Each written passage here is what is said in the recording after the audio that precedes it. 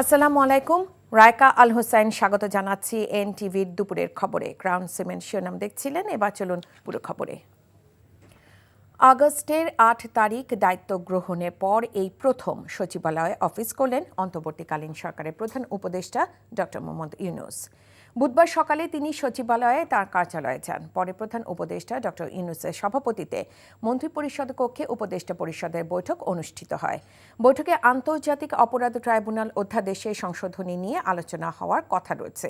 ট্রাইব্যুনালের অধীনে রাজনৈতিক দলগুলো বিচারের ধারা সংযুক্ত হওয়ার কথা রয়েছে অধ্যাদেশের সংশোধনীতে। এর আগে প্রধান উপদেষ্টার সরকারি বাসভবন, রাষ্ট্রীয় অতিথি ভবন, যমুনা এবং তেজগাঁও কার্যালয়ে উপদেষ্টা পরিষদের বৈঠক অনুষ্ঠিত হয়। এই প্রথম বর্তমান সরকারের সর্বোচ্চ পরিষদের বৈঠক সচিবালয়ে অনুষ্ঠিত হলো।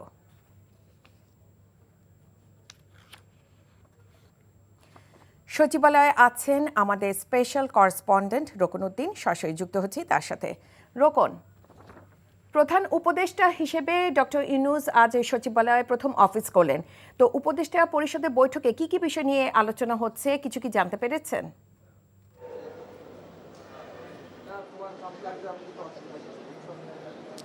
রায়কা, আসলে উপদেষ্টা পরিষদের বৈঠক এখনো শেষ হয়নি। আমরা যতটুকু জানি চলছে, তবে শেষের দিকে এতটুকু জানতে পেরেছি। এবং এই বৈঠক শেষ হওয়ার পরে আমরা ধারণা করছি যে এই বৈঠকে যে উপদেষ্টারা উপস্থিত আছেন তাদের মধ্যে কেউ আমাদেরকে জানাবেন যে আসলে কি কি বিষয়ে আলোচনা হয়েছে। আমরা যতটুকু এখন পর্যন্ত জানতে পেরেছি যে আন্তর্জাতিক অপরাধ ট্রাইব্যুনাল সংশোধনের যে আইন সেটি আজকে উত্থাপিত হওয়ার কথা, এটা আমরা জানতে পেরেছি। এটি হয়তো উত্থাপিত হয়েছে বলে আমরা এতক্ষণ ধারণা করছি, কিন্তু সেটির অনুমোদন হয়েছে কিনা সেই বিষয়টি আমরা আসলে জানতে পারবো আরেকটু পরে, যখন আমাদেরকে কেউ ব্রিফ করবেন বা জানাবেন।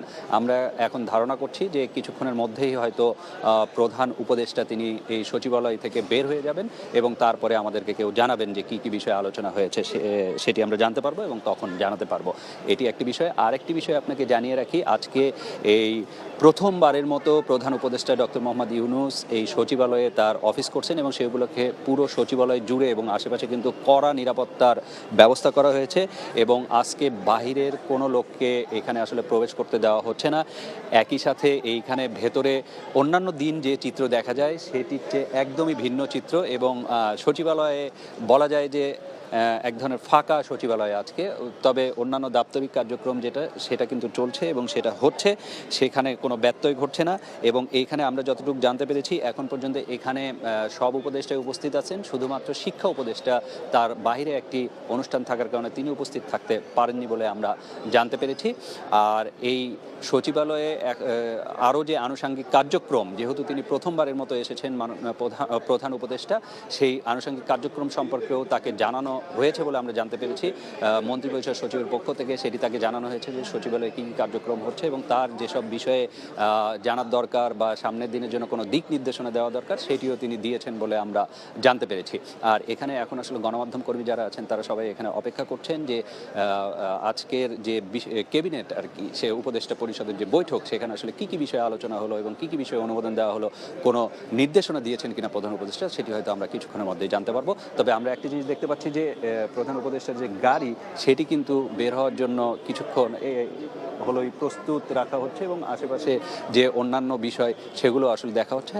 তো এ থেকে আমরা ধারণা করছি হয়তো কিছুক্ষণের মধ্যে প্রধান উপদেষ্টা বের হয়ে যাবেন, কিন্তু এখনও তিনি যাননি এবং এখানে কড়া নিরাপত্তার মধ্যেই সচিবালয়ে সবাই আছেন। রাইকা, জানছিলাম সচিবালয়ে প্রধান উপদেষ্টার নেতৃত্বে উপদেষ্টা পরিষদে বৈঠকের খবর। বিএনপি মহাসচিব মির্জা ফখরুল ইসলাম আলমগীর বলেছেন, আমরা কাউকে নির্বাচনে আনতে চাই এমনটা বলিনি। আমরা বলেছি আওয়ামী রাজনৈতিক দল নির্বাচন করবে কি করবে না তা নির্ধারণ করবে জনগণ।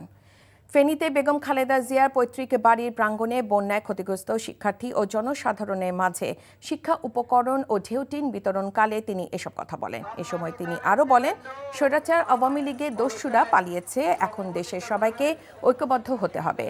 তার আশাবাদ, নতুন সরকার জঞ্জাল পরিষ্কার করে একটি নির্বাচন দিবে, সেই নির্বাচনের মাধ্যমে দেশ এগিয়ে যাবে। অনুষ্ঠানে বন্যায় ক্ষতিগ্রস্ত ২৫ জনের মাঝে ঢেউটিন এবং ৫০০ জন শিক্ষার্থীর মাঝে শিক্ষা উপকরণ বিতরণ করে বিএনপি। শুরু করেছেন, রাতারাতিতে সবকিছু হয়ে যাবে না। এই ১৫ বছরের যে জঞ্জাল, সেই জঞ্জালকে সাফ করতে সময় লাগে, কিন্তু আপনার 3 মাসের মধ্যে কি সেটা পুরোপুরি সম্ভব? অনেক কাজ করেছেন, তাই না? শান্তি শৃঙ্খলা ফিরে এসেছে তো। বড়পুকুরিয়া কয়লা খনি দুর্নীতি মামলায় বিএনপি চেয়ারপারসন বেগম খালেদা জিয়া সহ 10 আসামির বিরুদ্ধে অভিযোগ গঠনের শুনানির জন্য আগামী 27 নভেম্বর দিন ধার্য করেছে আদালত। ঢাকার বিশেষ জজ আদালতে বিচারক মোহাম্মদ আবু তাহের এই দিন ধার্য করেন। বুধবার বিএনপি চেয়ারপারসন বেগম খালেদা জিয়ার আইনজীবী তার পক্ষে হাজিরা দেন। ঢাকার বিশেষ জজ আদালতে খালেদা জিয়া ও খন্দকার মোশাররফ হোসেন ও আলতাফ হোসেন চৌধুরীর পক্ষে অব্যাহতি চেয়ে শুনানি করেন তাদের আইনজীবী। এদিন শুনানি শেষ না হওয়ায় আগামী 27 নভেম্বর অভিযোগ গঠন শুনানির জন্য নতুন দিন ধার্য করেন বিচারক। কুষ্টিয়ার ইসলামী বিশ্ববিদ্যালয়ে নবীনদের র্যাগিংয়ের অভিযোগে 5 শিক্ষার্থীকে কারাগারে পাঠানো হয়েছে। মঙ্গলবার সন্ধ্যায় অভিযুক্তদের কুষ্টিয়ার অতিরিক্ত চিফ জুডিশিয়াল ম্যাজিস্ট্রেট আদালতে সোপর্দ করা হয়। পরে শুনানি শেষে রাতেই আদালত তাদের কারাগারে পাঠানোর আদেশ দেন। এর আগে মঙ্গলবার সন্ধ্যায় তারেক হোসাইন নামে ভুক্তভোগী এক নবীন শিক্ষার্থী ইসলামী বিশ্ববিদ্যালয় থানায় মামলা করলে তাদের গ্রেফতার করে পুলিশ।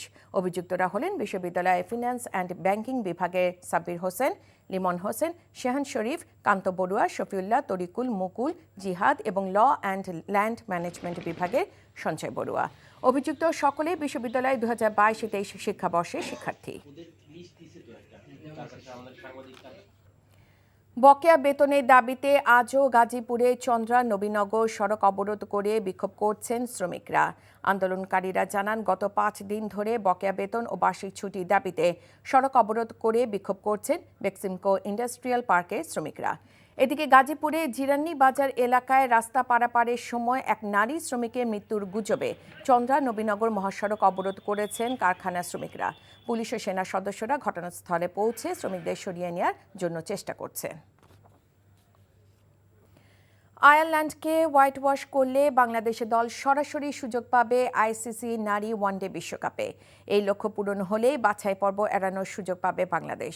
আজ মিরপুরে বাংলাদেশ আয়ারল্যান্ড নারী ক্রিকেট সিরিজের পৃষ্ঠপোষক ঘোষণা অনুষ্ঠানে এই সিরিজকে মহা গুরুত্বপূর্ণ মনে করছেন বিসিবি নারী বিভাগ প্রধান হাবিবুল বাশার। এখানে আমরা ভালো করেই আসলে এই শেষটা করতে চাই। বলতে একটা ভালো ক্রিকেট খেলা, ভালো ক্রিকেট খেলা মানে জেতা, সেটা আমাদের প্রাইমারি এবং ফাইনাল টার্গেট। আমরা সেজন্য কিন্তু প্রস্তুতি চলছে অনেকদিন ধরে, 1 তারিখে প্র্যাকটিস হয়েছে। মেয়েরা কিন্তু কন্টিনিউয়াস খেলার মধ্যে ছিল, ওয়ার্ল্ড কাপ খেলেছে, তারা সিরিজ খেলেছে, তারপরে কিছুদিন গ্যাপ করে আবার তারা মাঠে নেমেছে। তো মোটামুটি আমি যখন দেখি তাদের এই পিরিয়ডের টাইমে বেশ ভালো প্রোগ্রেস হয়েছে। এখন দেখা যায় মাঠে আমরা কেমন পারফর্ম করি।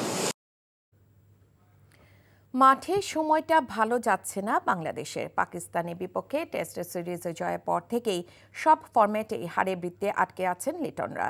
নির্বাচক আব্দুর রাজ্জাক কন্ডিশন বিচারে ওয়েস্ট ইন্ডিজকে কঠিন সিরিজ মনে করলেও পাকিস্তানের বিপক্ষে টেস্ট সিরিজ জয় থেকে অনুপ্রেরণা নিতে চান। ওয়েস্ট ইন্ডিজ ট্যুরে আমাদের অবশ্যই প্রত্যাশার কথা বললে তো ভালো প্রত্যাশাই থাকে সবসময়, যে ভালো করব, টেস্ট ম্যাচ জেতার। এখন আমরা আসলে শুরু অন্তত করতে পারি আমরা টেস্ট ম্যাচ জিতবো এটা বলে যে কারো সাথে। তো তারপর সব সময় যে ক্লিক করে সেটা না, বাট আমি আশা করব যে এবার আমাদের প্রত্যেকটা সেক্টরে ক্লিক করবে। লাইক পাকিস্তানে যেমন হয়েছে, আমরা আমাদের ড্রিম টেস্ট সিরিজ খেলেছি, তো আমিও আশা করব যে ওয়েস্ট ইন্ডিজে আমরা ওইভাবেই শুরু করব। এই ছিল দুপুরের খবরে। এই খবরে ভিডিও সহ আপডেট জানতে ভিজিট করুন এনটিভি অনলাইন www.ntvbd.com। এছাড়াও এনটিভির জনপ্রিয় সব অনুষ্ঠান ও খবরের আপডেট জানতে ভিজিট করুন আমাদের ইউটিউব বা ভেরিফাইড ফেসবুক পেজ। 5টায় দেশের খবর দেখার আমন্ত্রণ রইল। ধন্যবাদ সবাইকে।